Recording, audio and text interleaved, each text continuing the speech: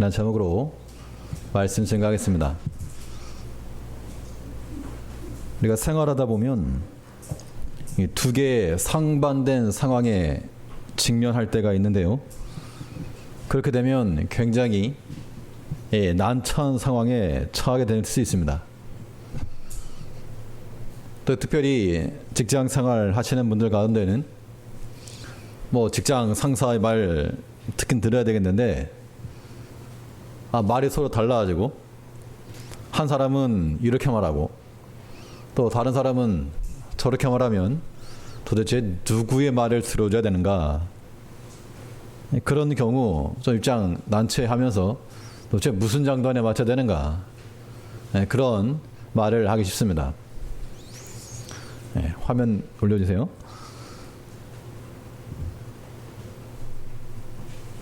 우리 믿음의 성도들도 마찬가지로 우리의 삶을 살아감에 있어서 우리가 어떤 장단에 맞춰서 살 것인가, 이게 필요하죠.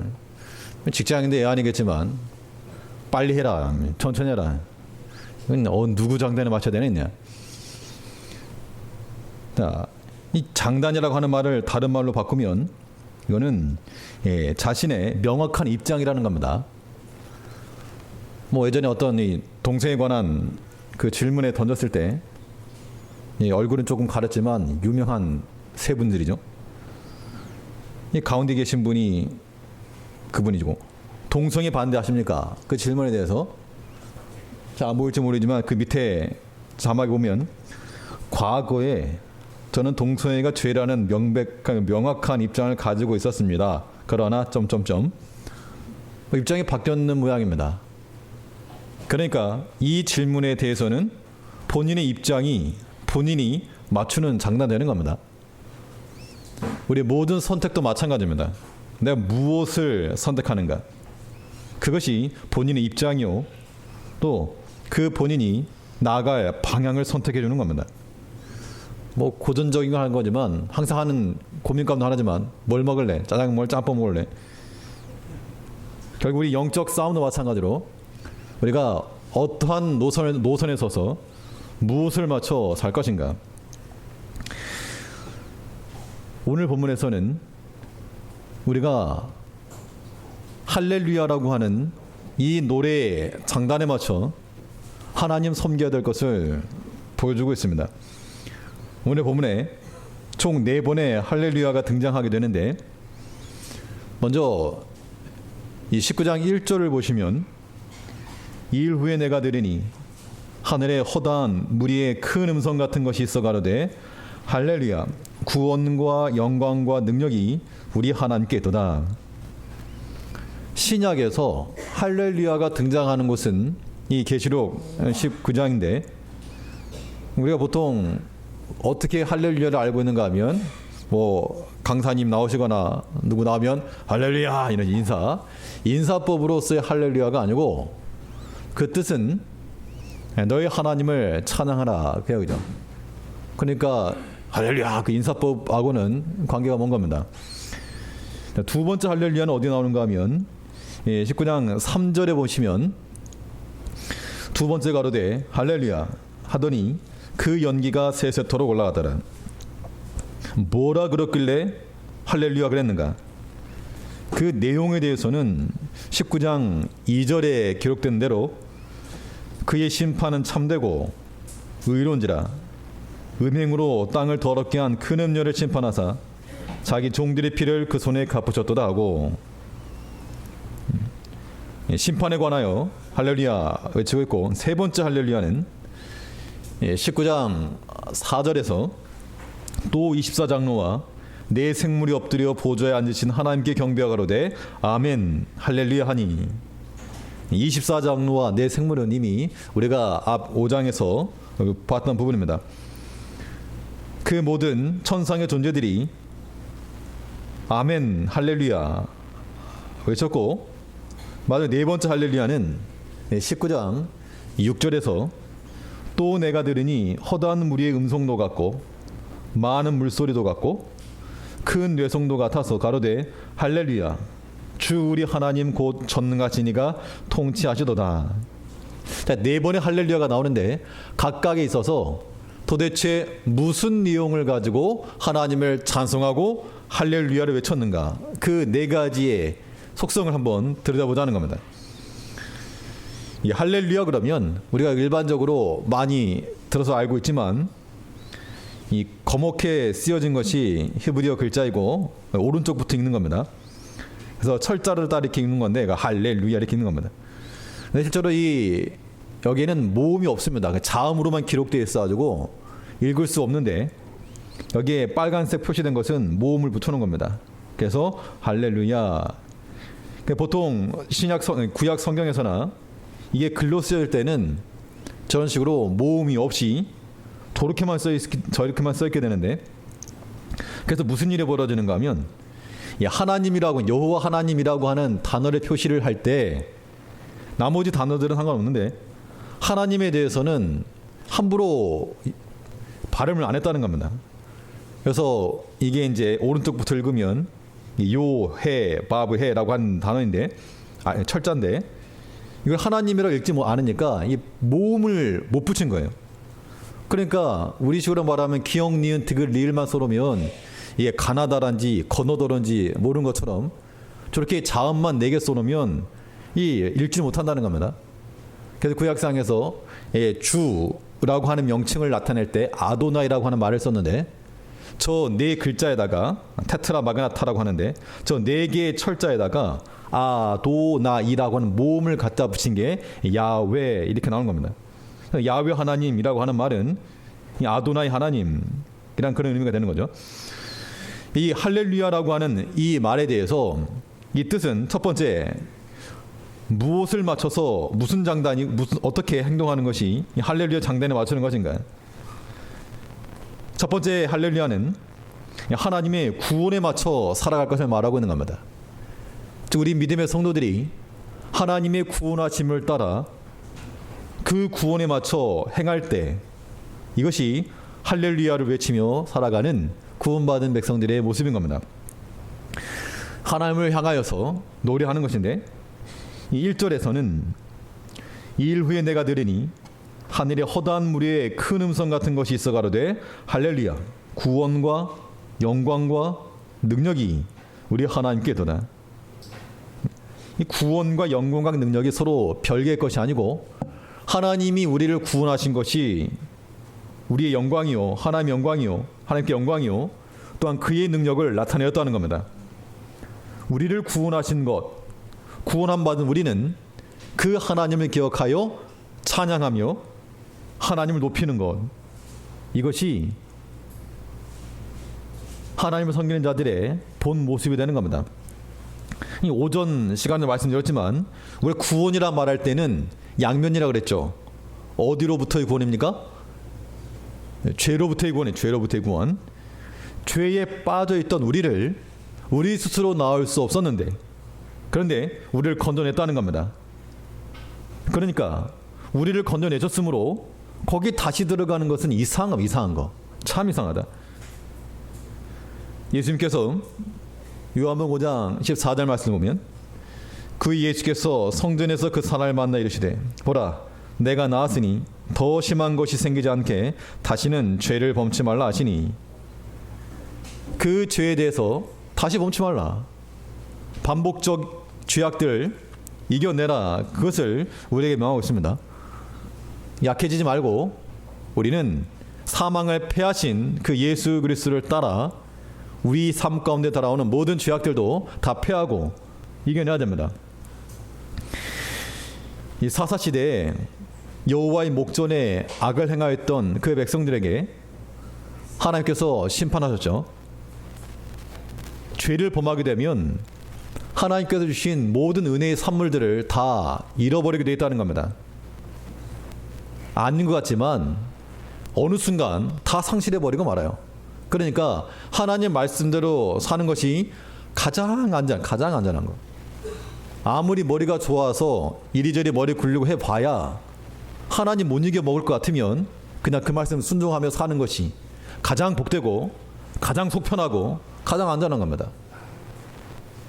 또 이렇게 말씀 지키다가 우리가 고난 당할 때 있죠. 그게 그나마 나은 겁니다.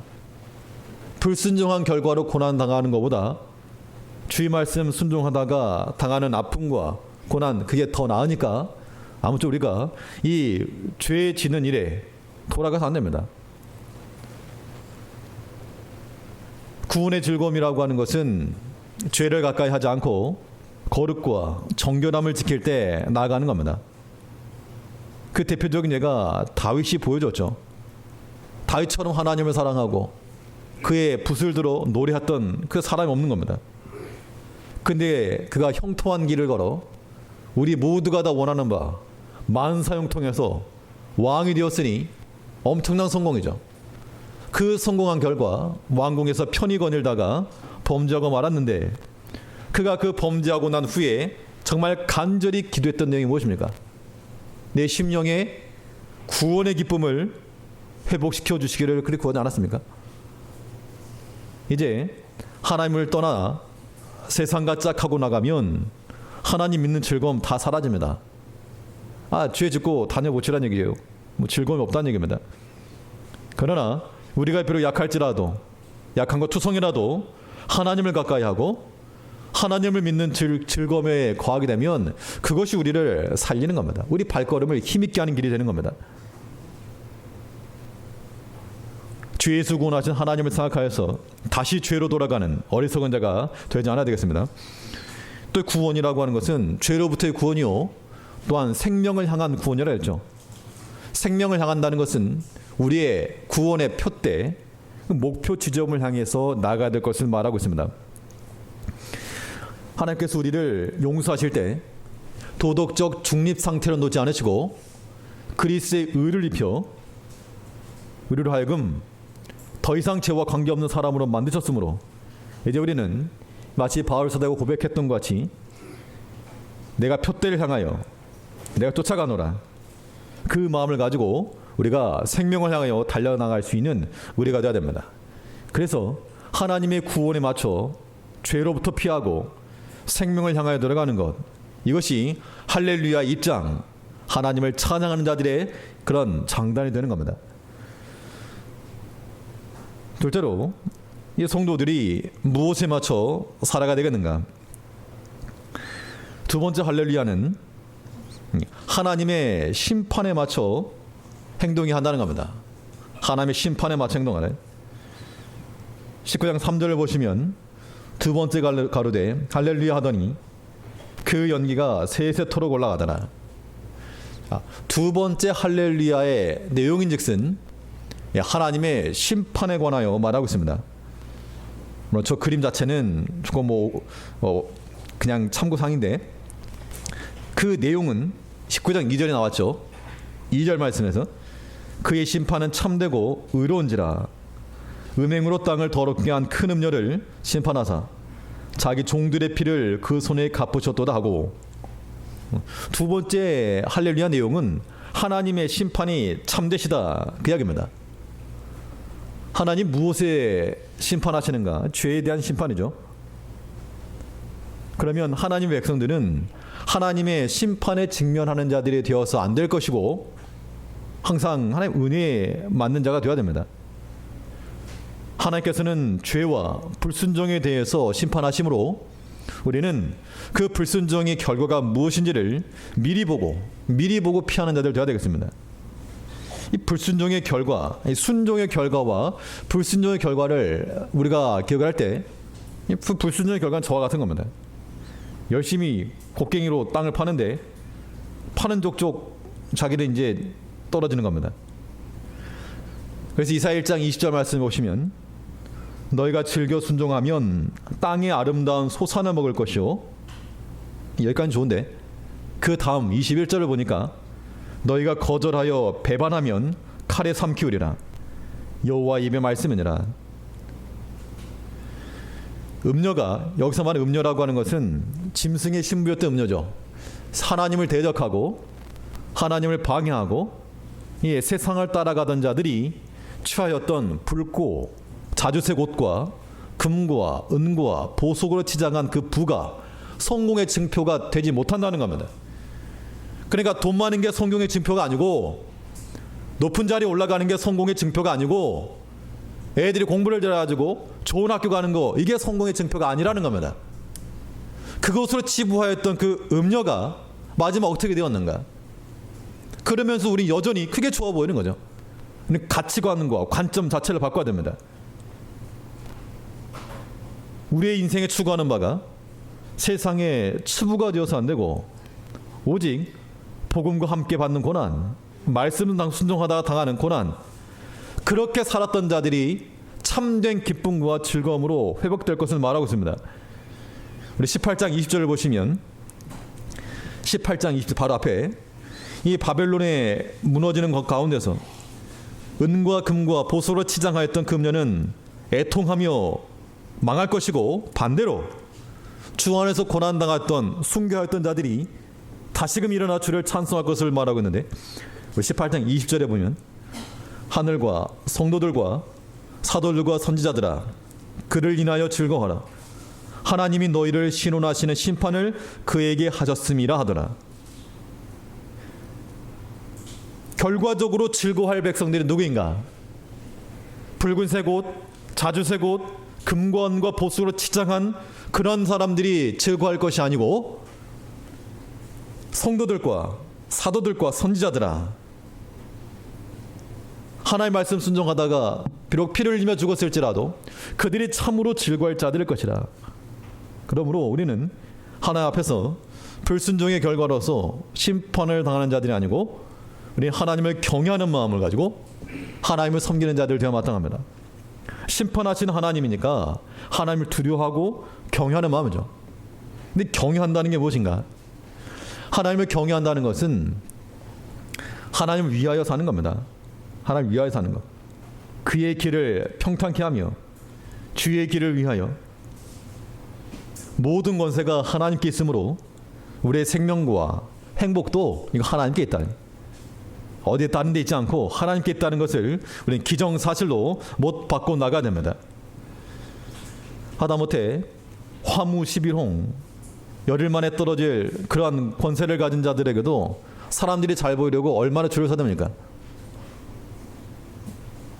영원한 권세를 지니신 하나 앞에 나가지 않는 거, 이거는 어리석은 거. 하나님의 질서에 도전을 하고 불순종하는 자들, 그들을 멸하시는 하나님을 두려워하는 마음으로 오직 주의 일을 위해서, 주의 길을 위해서 행하는 모든 것, 이것이 곧 하나님을 찬양하며 하나님을 노래하며 살아가는, 곧 할렐루야를 우리 입장으로 삼고 나가는 그런 성도들의 삶이 되는 겁니다. 우리 삶 가운데서 심판하시는 하나님의 심판을 생각을 하며 그에 맞춰 따라 행동할 줄 아는 우리가 되어야 되겠습니다. 세 번째 할렐루야는 무엇인가 하면, 세 번째 할렐루야는 하나님을 향한 경배에 맞춰 행동할 것을 말하고 있습니다. 경배입니다. 경배. 하나님의 구원, 심판, 경배에 관한 말씀이죠. 예. 19장 4절 말씀을 보니까 19장 4절에서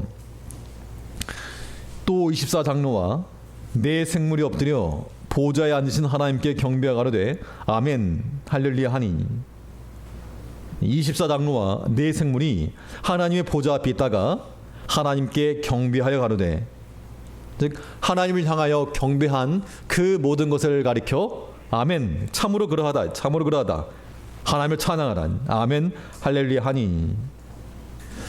우리 경배 그러면 이 한자어로 기록된 거이기 때문에 쉽게 와 닿지 않을 수가 있습니다.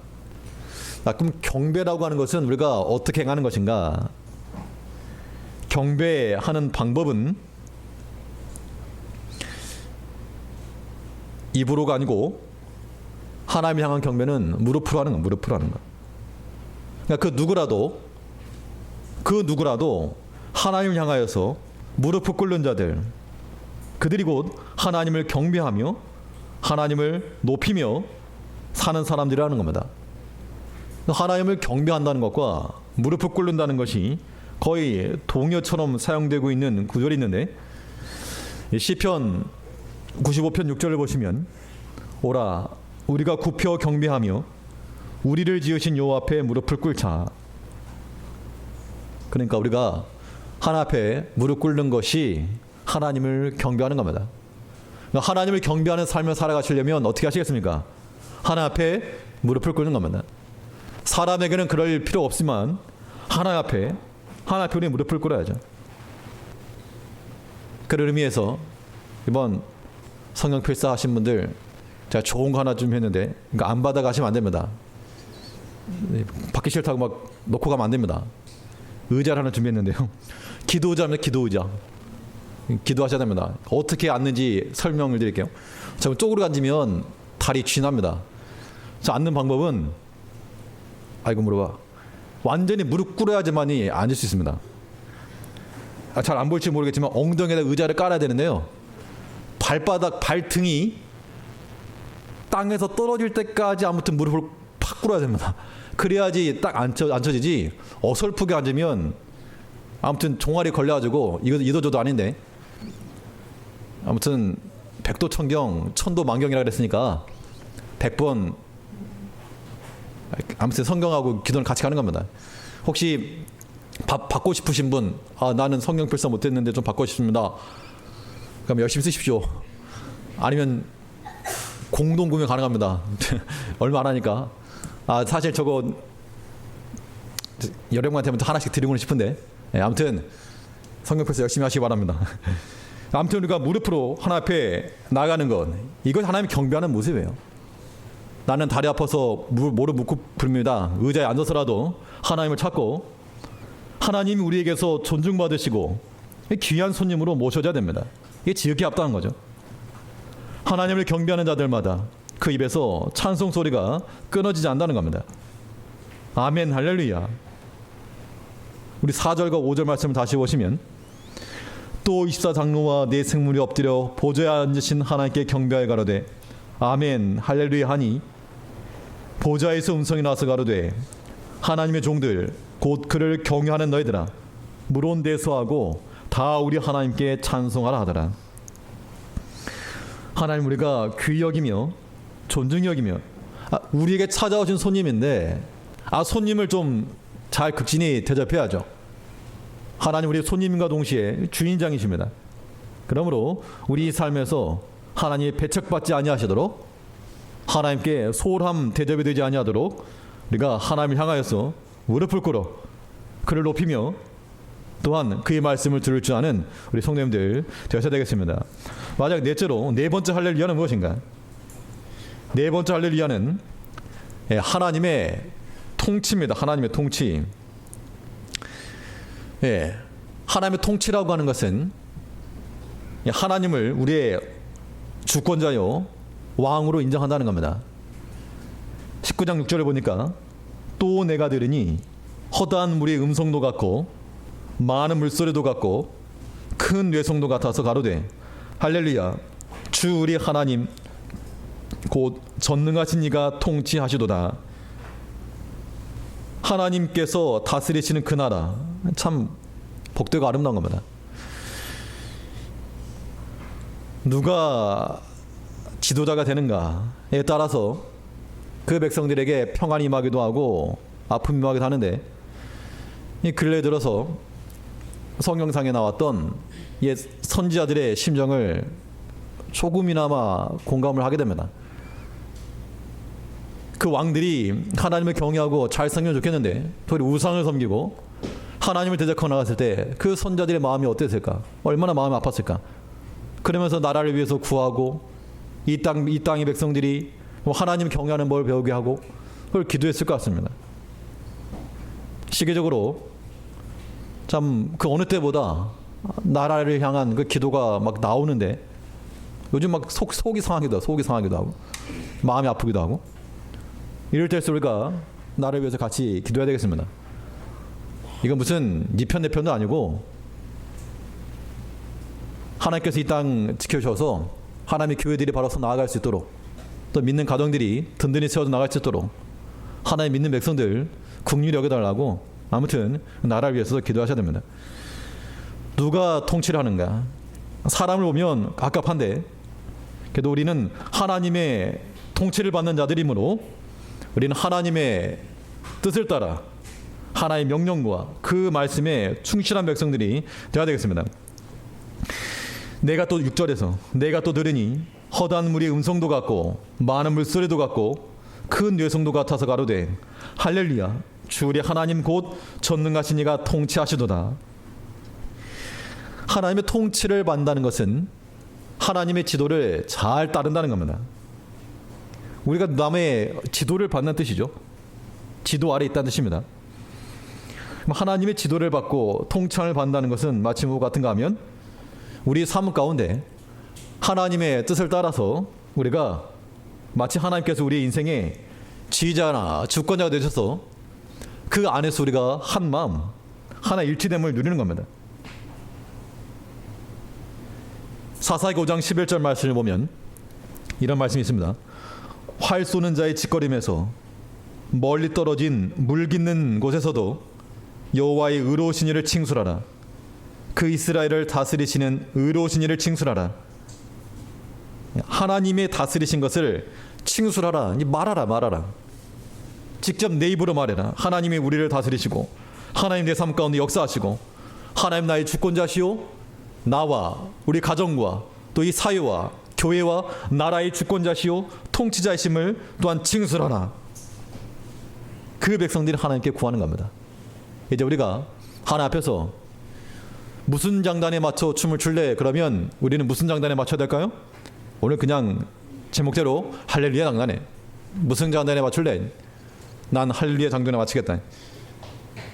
그래서 하나님의 구원과 하나님의 심판과 하나님께 대한 경배와 하나님의 통치가 이루어지는 이것이 우리가 춤을 출 만한 그러한 노래 장단인 줄 알아서 이 장단에 맞춰 살아가며 하나님을 높이며 하나님의 경배하며 살아가는 우리 모든 제일교회 성도님 되시기를 바라겠습니다. 기도하겠습니다. 우리를 죄에서 구원하시고